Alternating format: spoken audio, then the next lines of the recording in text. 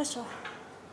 Урматтуу кыргызстандыктар, урматтуу бүгүнкү жыйындын катышуучулары, мен бардыгыңыздарды улуу Ороза айы менен куттуктайм.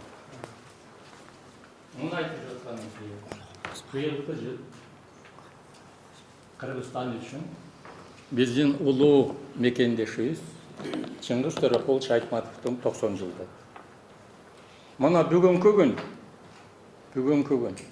Чыңгыз Төрөкуловичтун дүйнөдөн узаганына 10 жыл болуп отур. 10 июнда Чыңгыз Төрөкулович үйүнө кайткан, 14 июнда Чыңгыз Төрөкуловичту жерге бергенбиз. Ошон үчүн мен бардыгыңыздарга кайрылам.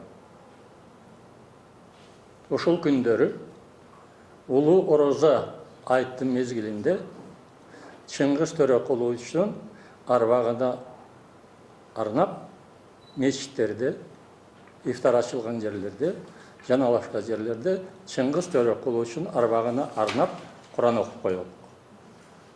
Бир. Экинчиси. Исхак Абсаматович, мен сизге кайрылам.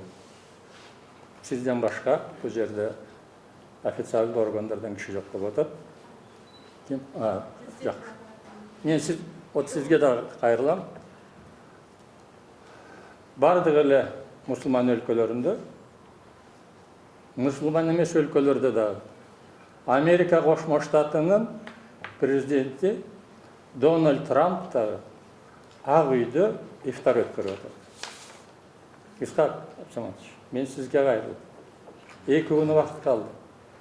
Биздин президентибиз ифтар өткөрүп койсо артык болбойт. Мына ошол ифтарда дагы, президент өткөргөн ифтарда да Чыңгыз Төрөкуловичтун арбагына арнап Куран окуп койду.